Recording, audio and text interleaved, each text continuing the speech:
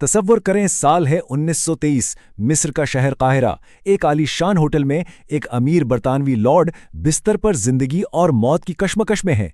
तेज बुखार है और हर आती जाती सांस जैसे एक जंग हो। और फिर ठीक रात के 1:55 पर वो अपनी आखिरी सांस लेता है। लेकिन हैरानी की बात यह है कि ऐन उसी लम्हे पूरे कायरा शहर की बिजली चली जाती है और हर तरफ घुप अंधेरा छा जाता है। और इसी वक्त हजारों मील दूर इंग्लैंड में उस लॉर्ड की पालतू कुतिया सूजी एक अजीब सी चीख मारती है और वहीं ढेर हो जाती है।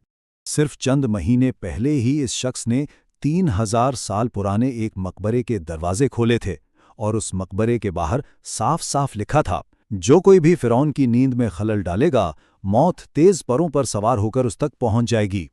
तो ये सब शुरू कहां से हुआ?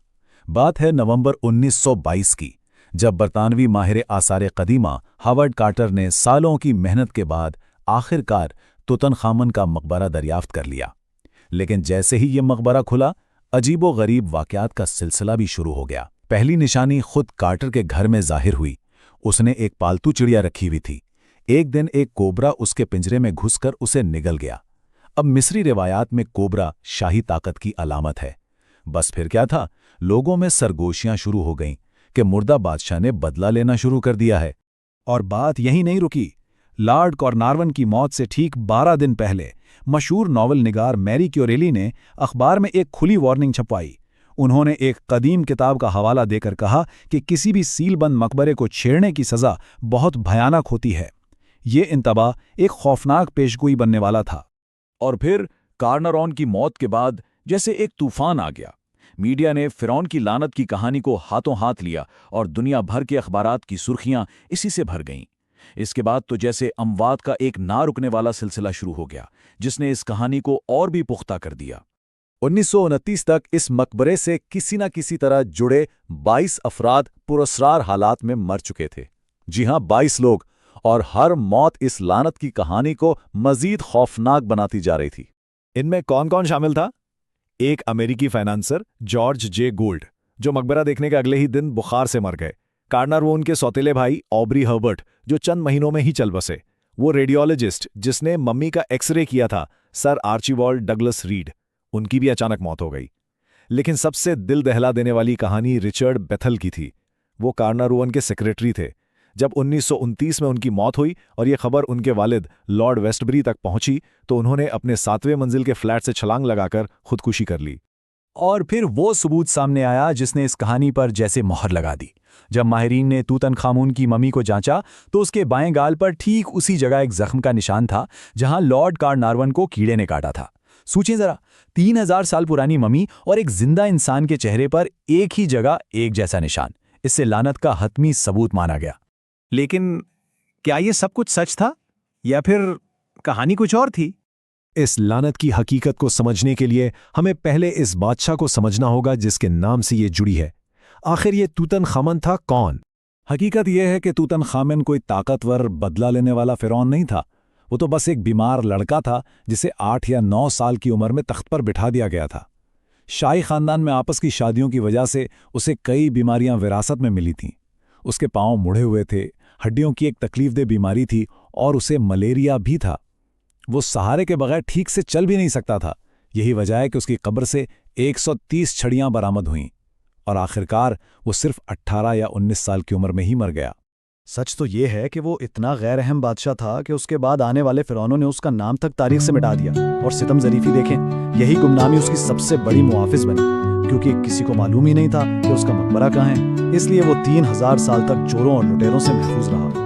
तो चले अब इस अफसाने की एक एक परत को खोलते हैं और देखते हैं कि हकीकत क्या है और फिसाना क्या। सबसे पहले वो मशहूर ज़माना इंतबा, मौत उसे अपने परों पर उठा ले जाएगी। अखबारों ने लिखा था कि ये एक मिट्टी की तख्ती पर लिखा हुआ मिला था, लेकिन सच ये है कि ऐसी कोई तहरीर, कोई तख्ती कभी मिली ही नहीं। ये कहानी एक सहाफ़ी ने खुद से घड़ी थी, जब उसके लानत से मुतल्लिक सवालात पर खुदाई करने वाली टीम ने कोई जवाब देने के बजाय सिर्फ मुस्कुरा दिया था। अच्छा, तो अगर लानत नहीं थी तो लोग बीमार क्यों पड़ रहे थे? इसकी एक साइंसी वजह हो सकती है। पुराने बंद मकबरों में अक्सर एक खास किस्म की फफूंदी यानी फंगस पैदा हो जाती है, जिसे एस्परजिलस नाइजर कहते हैं। इसके जर्रात अगर सांस के जरिए अंदर चले जाएं तो फेफड़ों में शदीद इन्फेक्शन कर सकते हैं, खासतौर पे उस जमाने में जब एंटीबायोटिक्स नहीं थी। और एदादो शुमार भी कुछ यही कहानी बताते हैं। साल 2002 में ब्रिटिश मेडिकल जर्नल ने एक तहकीक की। उन्होंने इन 25 लोगों की जिंदगियों का जायजा लिया जो मकबरे के अंदर गए थे और उन लोगों का भी जो वहां मौजूद थे मगर अंदर दाखिल नहीं हुए। नतीजा क्या निकला? दोनों ग्रोहों की औसत उम्र में कोई खास फर्क नहीं था। मतलब लानत का जिंदगी की तुलालत पर कोई असर नहीं हुआ। तो फिर इन बाकी इत्तेफाकात का क्या? कायरा में बिजली का जाना। 1920 की दहाई में कायरा में बिजली जाना रोज का मामूल था। लॉर्ड कार्नावान की कुतिया की मौत, अगर टाइम जोन का हिसाब लगाएं तो वो कार्नावान की मौत के कई घंटे बाद बनी थी, ऐन उसी लम्हे नहीं। और मम्मी के गाल पर जख्म का निशान, ये कहानी एक मुखालिफ अखबार ने उड़ाई थी जिसे मकबरे की खबरों तक खास रसाई न मिलने का गुस्सा था। लेकिन सबसे बड़ा और आखिरी सबूत अभी बाकी है। अगर ये लानत वाकई असली होती तो इसका पहला और सबसे बड़ा निशाना कौन होना चाहिए था? जरा उन लोगों के बारे में सोचें जो इस मकबरे के सबसे करीब थे। लेडी एवलीन कॉर्नारवॉन की बेटी जो सबसे पहले मकबरे में दाखिल हुई, वो 78 साल तक जिंदा रही। डॉक्टर डगलस डेरी जिन्होंने खुद मम्मी की ऑटोप्सी की, वो 87 साल की उम्र में फौत हुए। और आखिर में हॉवर्ड कार्टर, वो शख्स जिसने मकबरा ढूंढा, उसे खोला और तूतनखामन की मम्मी को दुनिया के सामने लाया, वो इस दरियाफ्त के 16 साल बाद तक जिंदा रहे और 64 साल की उम्र में तभी मौत मरे। सालों तक जब भी कोई सहाफी उनसे इस लानत के बारे में पूछता, कार्टर का एक ही जवाब होता था, मैं तो अभी भी जिंदा हूँ। कदीम मिस्रियों का एक बहुत गहरा अकीदा था। वो मानते थे कि इंसान की असल मौत तब होती है जब उसका नाम आखिरी बार लिया जाए, जब दुनिया उससे भूल जाए, तब वो हमेशा के लिए मर जाता है। तो एक लम्हे को सोचें, क्या हो अगर असल लानत मौत ना हो बल्कि भुला दिया जाना हो? 3000 साल तक तूतनखामुन को तारीख ने भुला दिया था। हॉवर्ड कार्टर ने उसका मकबरा ढूंढकर उसे कोई बददुआ नहीं दी, बल्कि उसने उस गुलाम बादशाह को हमेशा की जिंदगी बख्श दी। आज तूतनखामुन दुनिया का सबसे मशहूर फिरौन है और उसका नाम अब शायद ही कोई कभी भूल पाए।